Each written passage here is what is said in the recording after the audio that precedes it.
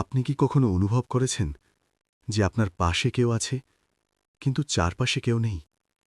সেই শ্বাস যে আপনার গলার পিছনে ঠান্ডা হাওয়া ছুলে দেয়, সেই ছায়া যে দেয়ালে পড়ে কিন্তু আপনি তার উৎস খুঁজে পান না, সেই নামহীন উপস্থিতি যে আপনার ঘুম কেড়ে নেয় আর আপনাকে জাগিয়ে রাখে অদৃশ্য ভয়ে।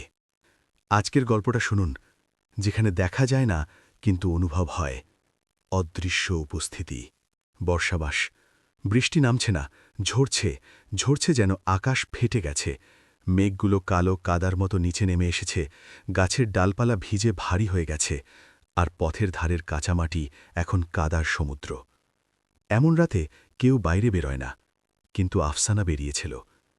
আফসানা ঢাকার শহরে থাকে, কিন্তু এই গল্পটা শুরু হয়েছে তার মামার বাড়িতে, এক ছোট্ট গ্রামে যার নাম বাঁশখালী। নামটা শুনলে মনে হবে শান্তি, শীতলতা, কিন্তু সেখানকার লোকেরা বলে বাঁশখালীতে শান্তি নাকি শুধু মৃতদের জন্য। জীবিতদের জন্য সেখানে শুধু অপেক্ষা, অপেক্ষা কোনো এক অদৃশ্য জিনিসের, যে একদিন এসে তাদের ছুঁয়ে যাবে। আফসানার মামা গত মাসে মারা গেছে। হঠাৎ রাতে ঘুম থেকে উঠে বলেছিল, ওই যে দাঁড়িয়ে আছে আমার বিছানার পাশে, কিন্তু কেউ নেই। পরের দিন সকালে তাকে মৃত পাওয়া যায়, চোখ খোলা, মুখে ভয়ের ছাপ আর গলায় নীল দাগ, যেন কেউ চেপে ধরেছিল। ডাক্তার বলেছিল হার্ট অ্যাট্যাক, কিন্তু গ্রামের লোকেরা জানে ওটা হার্ট অ্যাট্যাক না, ওটা ছিল অদৃশ্য উপস্থিতির ছোঁয়া।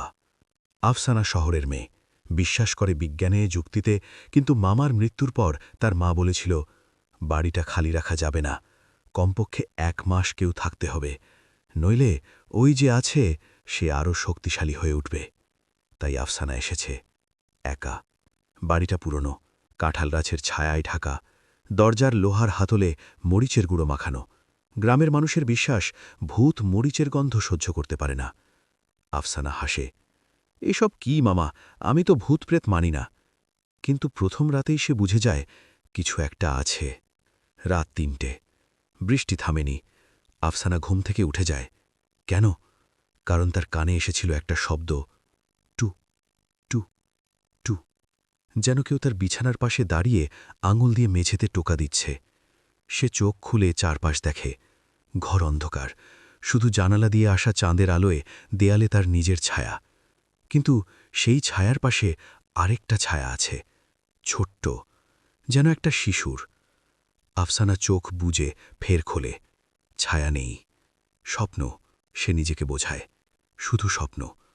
কিন্তু পরের রাতে আবার সেই শব্দ, আর এবার শুধু শব্দ না, এবার সে অনুভব করে কেউ তার গায়ে হাত বুলাচ্ছে, ঠান্ডা ভিজা হাত, যেন কাদার মধ্যে ডুবে থাকা মৃতদেহের হাত। সে চিৎকার করে উঠে বসে, লাইট জ্বালায়, ঘর খালি, কিন্তু বিছানার কোণে ভিজা পায়ের ছাপ, ছোট্ট শিশুর পায়ের ছাপ। পরের দিন সকালে সে গ্রামের বুড়ো মৌলবী সাহেবের কাছে যায়।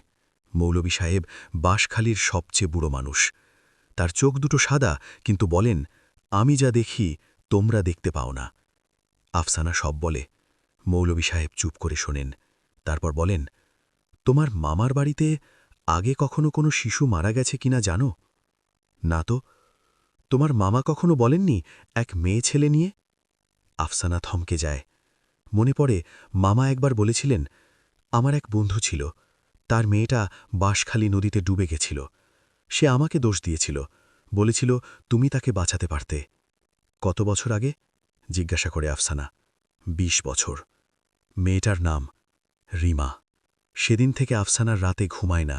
সে বই পড়ে, মোবাইলে গেম খেলে, কিন্তু চোখ মুজলেই সে দেখে একটা ভিজা মেয়ে, চুল মুখে লেগে আছে, কাপড় কাদায় মাখা, আর চোখ দুটো সম্পূর্ণ সাদা, কোনো কালো নেই। এক রাতে সে দেখে মেয়েটা তার বিছানার পাশে দাঁড়িয়ে, হাত বাড়িয়ে বলছে, আমাকে বাঁচাও। আফসানা চিৎকার করে উঠে, লাইট জ্বালায়, মেয়েটা নেই, কিন্তু দেয়ালে লেখা, তুমি দেখতে পাও, তাই তুমি মরবে না, তুমি থাকবে আমার সাথে। সে পাগলের মতো বাড়ি ছেড়ে পালায়, গ্রামের রাস্তা দিয়ে দৌড়ায়, পিছন থেকে শোনে টু টু টু, আর তার কানে একটা কান্নার শব্দ। সে পৌঁছায় মৌলবী সাহেবের বাড়িতে, দরজা ঠোকে, মৌলবী সাহেব খুলে দেন। আফসানা ভেতরে ঢুকে বলে, ও আমাকে ধরবে, ও আমাকে নিয়ে যাবে। মৌলভী সাহেব তাকে একটা কাপে গরম দুধ দেন, তারপর বলেন, রিমা মরেনি।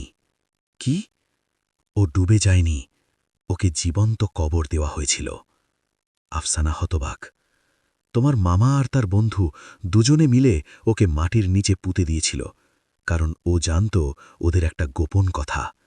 ওরা চাইলে ও সবাইকে বলে দেবে, তাই ওকে মারা দেওয়া হয়েছিল, কিন্তু মরেনি। ও মাটির নিচ থেকে চিৎকার করেছিল, কিন্তু কেউ শোনেনি। কি গোপন কথা? মৌলভী সাহেব চোখ নামান। তোমার মামা আর ওর বন্ধু, ওদের মধ্যে ছিল এক মেয়ে। ওরা দুজনে ওকে নিয়ে খেলা করত, খারাপ খেলা। রিমা দেখে ফেলেছিল। আফসানা বমি করতে চায়।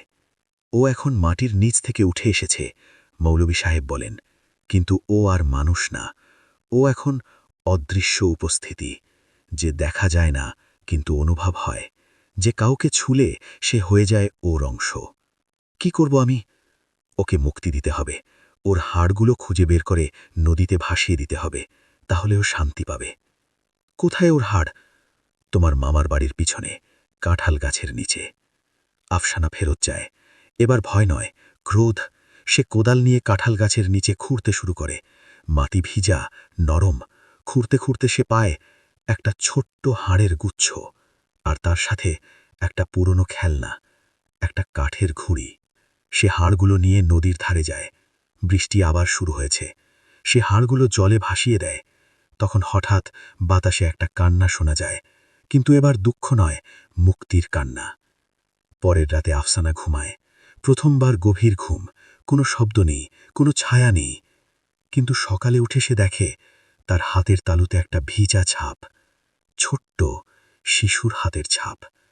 সে হাসে, কারণ সে জানে রিমা এখন শান্ত, কিন্তু ও এখনো আছে, শুধু ভয় ছড়ায় না।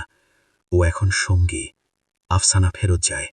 মামার বাড়ি এখন শান্ত, কিন্তু রাতে কখনো কখনো সে শোনে টু টু টু।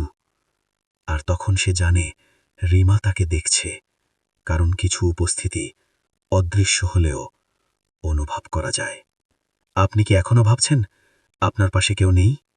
হয়তো আছে, হয়তো সে শুধু আপনাকে দেখছে, যখন আপনি একা থাকেন, যখন আলো নিভিয়ে ঘুমান, যখন পিছন ফিরে দেখেন কিছু নেই, কিন্তু অনুভব হয় কেউ আছে। আজকের গল্প শেষ, কিন্তু মনে রাখবেন, অদৃশ্য উপস্থিতি শুধু গল্প না, কখনো কখনো সে আপনার পাশেই দাঁড়িয়ে থাকে। লাইক করুন, সাবস্ক্রাইব করুন, আর কমেন্টে লিখুন, আমি অনুভব করেছি, কারণ হয়তো আপনিও একদিন দেখে ফেলবেন।